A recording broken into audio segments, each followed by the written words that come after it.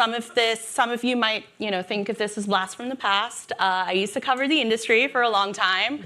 I'm now at LinkedIn News covering tech, but fret not, I will have a lot more sort of pointers to share with everyone because, as we know, if we're professionals, we need to be on LinkedIn, right?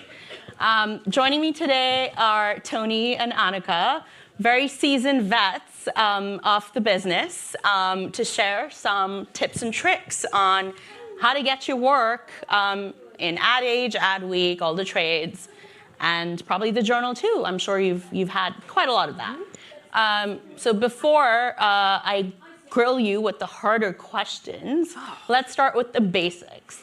We were just talking about the return of craft, Toni, backstage. Getting a story out there is a craft in itself. When you're sort of coming up with a strategy to pitch, what do you tend to focus on? Because there's so many aspects, right? There's the creative, there's the media aspect, there's strategy. What is your go-to? I like to look at the whole story and, what is it we're saying about what this work is and how does it relate to what has been written before? So where does it fit within what maybe Ad Age or Ad Week or Campaign have already written? Is there a way to insert it into, say a cultural moment? Does it stand out because of the craft? So where is that story's kind of real main power, and lean into that? Anaka, how about you? Yeah, I think that's all right. The other thing I would add is we always try to start with what's the truth? What's the human truth behind this story? And then where is the best place for that truth to be told? And that could shape where the outlet or the channel that we're targeting. It could also shape if there's a decision about whether it's something that we publish on an own channel or whether we take an earned media route. So both of you have been doing this for a long time. As you mentioned, depending on what the story is or what the hook is, you can go to different publications. Let's get more granular. What have you found works for an Ad Age versus, let's say, the Journal or somewhere that's more general interest? Yeah, well, and we had the benefit of hearing from our friends at Ad Age earlier today. And it's been interesting to see how their coverage has evolved in recent years. And what Janine said earlier, I think is really true.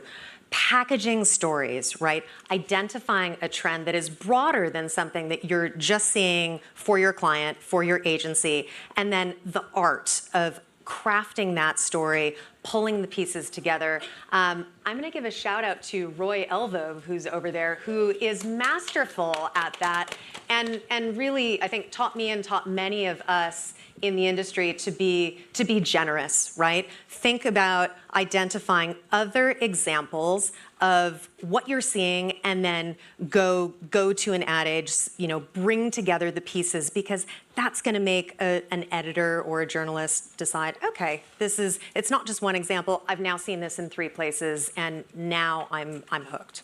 Almost like doing a little bit of the grunt work. You do a little bit of because look, reporters are busy. Everyone's busy. So can I make your job a little bit easier? By the way, you may not take everything that I've brought to you, but at least I've pointed you in a few interesting directions. Maybe there's a thought starter, and then you can take the ball and run. And then also the access is so critical, right? The access to, yes, the C-suite, but also the subject matter experts, the more junior people or the mid-level folks who are really into the work. That's another key that has helped us land some more interesting stories. I would add that you need to know who to go to with your story. Mm-hmm. And I think that's the critical point of what we do as PR practitioners. We know the reporters. We know who's interested in certain things. So, I might know that Terry Stanley, for example, at Adweek, this is what she loves, right? Or Tim at Ad Age, this is in his sweet spot. Really knowing those reporters, and the only way you do that is by coming to events like this and meeting them, or really reading the publication. And again, like Janine said, subscribe. You've got to read it, and then you know who's byline, and you know, like, this is what Tanya wants to write about, and you bring it to you. And if it's all wrapped up like that, and it's an exclusive story, and you're really giving them something really that they're interested in, you're going to sell it. I write about AI these days. I'm sure there's a lot of that happening in marketing too. But that's a very great point, and something that actually came up. I was at a media event 2 weeks ago on the sort of panel, not moderating for once, and I was asked this question, and I cannot underscore the importance of developing those long-term relationships enough. I mean, that's why I'm in the room and I haven't covered advertising for 2.5 years. So moving on, there's always a plethora of platforms, right? We're no longer at a stage where there's a difference between traditional and digital advertising. It's the same thing. And digital is ever evolving. There's a new platform, flavor of the day every year. How do you guys decide which platforms to anchor your particular pitch to? Well, and I'm not saying this because you are joining us from LinkedIn. LinkedIn is critical. Our clients are there. All of us are there. We know that the reporters and editors we want to be talking to are there. And so I can't underscore enough how critical it is, both as a place to amplify or even to launch stories or content sometimes that maybe we didn't go down the editorial path first, but also in merchandising the story that we have secured in a trade, in a Wall Street Journal, by our leaders and other folks being strategic in how they share and amplify. So for me, it's LinkedIn is number one. And then there's Instagram. Of course, there's room for other. Instagram is a great place for cultural stories and learning more about our people, right? Attracting talent. But yeah, LinkedIn's my number one. And just to echo that, I mean, I think that everything you do from a PR perspective has to drive your business results. It has to attract clients. It has to tell your existing clients how much you love them. And, you put a story out and say it runs an ad age. There's just no guarantee ad week. Even the Wall Street Journal, there's no guarantee anybody's going to see it. And unless you then amplify it through your channels on LinkedIn, and you have to have a strategy. Who's going to be the first one to post it? How many people are going to like it and comment and get more people to comment and engage and really build that community? That is the source of how you can take that PR and make it a really important biz dev tool. And one of my clients is here from Acadia, and there is nobody who knows this better than Jared Belsky, who's the CEO there. Yeah. He has just an incredible knack and understanding of how to drive that algorithm, and there's a plan behind every story. Mm-hmm. We know, for example, that we were an Adweek fastest growing agency a month before, and there was a plan. There was a clip that was created. We wrote it before it was happening, and we really were very thoughtful about how that came out. And so you took some great press, and I don't know, it blew up. It was incredible. Not to sort of toot my own horn here, because I don't work for LinkedIn, I work for LinkedIn News, so we still do a lot of news stuff here, but the way the team is structured, for those of you that aren't familiar, is there's editors like me that do what traditional reporters do, write, and report stories, and then we have community managers who work with thought leaders, executives from different industries to make them, more palatable or share content that's actually going to resonate on LinkedIn. And the secret that I can tell you is nobody, it's not like it's a democratic platform, right? You don't need anybody's permission. If you are a working professional in an industry, you're an expert in the industry. My suggestion to everyone in this room would be on behalf of your clients, identify the top 2 or 3 things that they are passionate about. Could be DEI in the industry, very topical, timely, evergreen. Could be the effect of AI on marketing. Whatever it is, identify those top 2 to 3 trends that they are very passionate about and they can talk about on a regular basis and get them to start posting. Toni talking about Jared, he's one of the foremost advertising voices. And anytime our team covers a story about a trend in advertising that's related, his post is always up top. So this is one really easy way to get earned media. And let me tell you, earned media on LinkedIn is earned media on steroids because it's a platform and more people are seeing it, as Toni pointed out, than anywhere else. And we also have levers to get more and more people to see it. We can send notifications to targeted audiences. And we do send notifications to targeted audiences, including in advertising. I could do a whole session for 4 days later, so come find me later. But that's my very, very broad level advice for everyone in the room. Moving on, Toni, you've worked at big agencies in the past, but you work with smaller agencies that sometimes struggle to make a mark. What do you think is your advantage in that, and what's a disadvantage? So I'll start with a disadvantage. So when I was working with Ogilvy, I would pick up the phone or I would send an email and I would get a response because it was Ogilvy, and people knew like there was something happening. It was big, they had big accounts. When you're working with smaller agencies, you're not necessarily going to get that kind of instant feedback. And what I tell all of my clients is that you sometimes have to be a little bit brave. And sometimes that means, asking for forgiveness. And when I started working with OKRP, they had just started, they had very little business, but they won a small piece of business from Yum Brands. They won Wing Street. And they were told that they couldn't announce it. But somehow that news got out.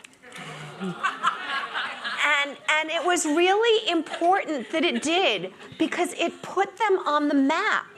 And listen, I did it with the full, approval of the CEO. We had a plan for how we were going to do it. And I took the brunt of all of the Taco Bell, Yum Brands executives yelling at me. And that was fine because this was news that all of a sudden people who was OKRP, right? And they have just kind of ridden the road since then. And you have to be a little brave. So take those risks. Anaka? From a big agency perspective, people do answer your calls, but then sometimes they're like, oh, we've covered this before, or they may have other feedback. So how do you keep sort of using that big name to your advantage? And where do you think it can be a disadvantage sometimes? Yeah, there are many advantages to being with a company like McCann that is well-known brand. You've got a shorthand. Folks will return my call. But at the end of the day, you have to deliver a compelling story. That is what is going to make or break you. And so I think our task in really for any of us in this room, we almost have to act like reporters within our own organizations. And that means being really curious, forming a source base within our own companies. And at a company like McCann or at any big network, that can feel potentially a bit daunting because there's so much, right? There are so many places you could go. There are so many markets, so many offices, but you just break it down and treat it like it's almost small, right? Like every agency is almost its own small agency. And then there's so much that we can find in terms of specialists or really mining the interesting cultural stories that sit within different markets. And that can be hugely valuable to lots of different reporters that sit maybe outside of our trade universe. So I think that's my big advice is like, act like a reporter, find your sources in your own organization, and then to take a page from Toni's book, don't be afraid to give those people the exposure and help them get in front of the media, help them get on the path to being trained speakers, because people want to hear from folks not just sitting at the C-suite, but throughout the levels of the organization. I couldn't agree with that more as a reporter. The C-suite is great, but often they have the least amount of insights. So you'd be much better off getting someone who's actually on the ground and came up with the strategy, or took a really bold, creative approach.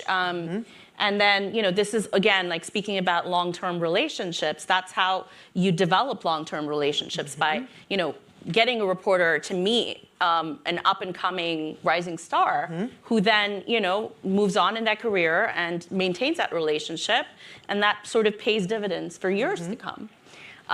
Speaking about not answering calls, I've definitely been on the other side where I've ignored calls. But what are your trump cards for getting a reporter to answer your call? Like, what's that last trick that you just whip out of the bag when nothing's working? So, you don't want to do this all the time, but you can call their editor. And that goes back to like really having a relationship throughout the chain of editorial. So that is one trick. I think this business, it's about credits and debits, right? So it's a long-term relationship building enterprise, and over time you're somebody who has not just taken, but you've given, meaning you've given a tip, you've helped make an important connection. And I think when you've done those things over time, you will get the response. Folks can be busy, so it might not be in the moment, but you'll cut through. So we were talking about sort of, making the call, but is there a right time to do so? Backstage we were talking about, breaking news in advertising, not necessarily being, you sort of market sort of breaking news, right? You can actually harness a story's potential for a long time ahead. So talk a little bit about that, the day two approach, or even, trends. One of my favorite stories to do when I used to cover the industry was find that sort of, 3 makes a trend, find like examples of that, and then dive deep into something that was happening. So talk about. Well, I do think that, having that date, that set, when you're launching, say, a new ad campaign, and you've got some really great creative, it might stand on its own, and you might get somebody to write about the campaign itself. But what I like to do is then take a look at what's the story that didn't get told behind the work. How does it tell a different story? So I'm working with an agency that's got this fantastic piece of craft. It's using cameras and stuntmen, and it's just cranes, and it's really incredible. And I think the second day story for this is how it flies in the face of everybody looking at using AI. And maybe there's a return to craft, and maybe there's a trend, if I can find 2 or 3 other campaigns that are really embracing that and investing in it. Yeah.